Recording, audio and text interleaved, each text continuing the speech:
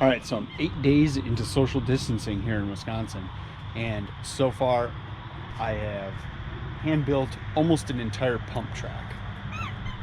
So this is kind of the layout I came up with. We got a 180-degree berm right here to about maybe a 75-degree corner to about a 150 or so berm corner, and then we got 2 rollers over here. I'm kind of hoping we'll be able to carry enough speed to double this into that corner back there, and that's close to a 90.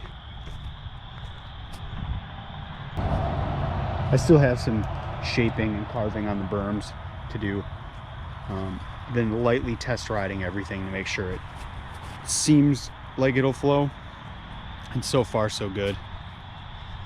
I'm not gonna lie, I did kind of do a lot of cheating.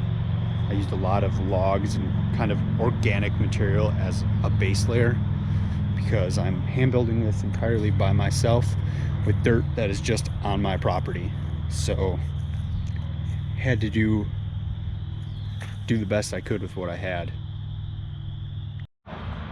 My wife and I are having, holding my dog's ball because it's pretty loud and he's pretty annoying and I'm trying to talk here. Go away.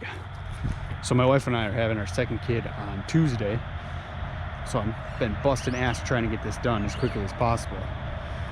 I got a couple more berms to build, and I'll probably bury this dog because he keeps trying to dig up my pump track. But yeah, so I have a couple more rollers to build, a little bit more shaping, maybe a little more of this landscaping to make it look a little more appealing. And then we should be in business, and hopefully we can start kind of dialing it in. And I'll post some videos of some riding. Hopefully after all of this coronavirus blows over, I can have some people over and we can do some cool videos. So yeah, thanks for watching, and please subscribe.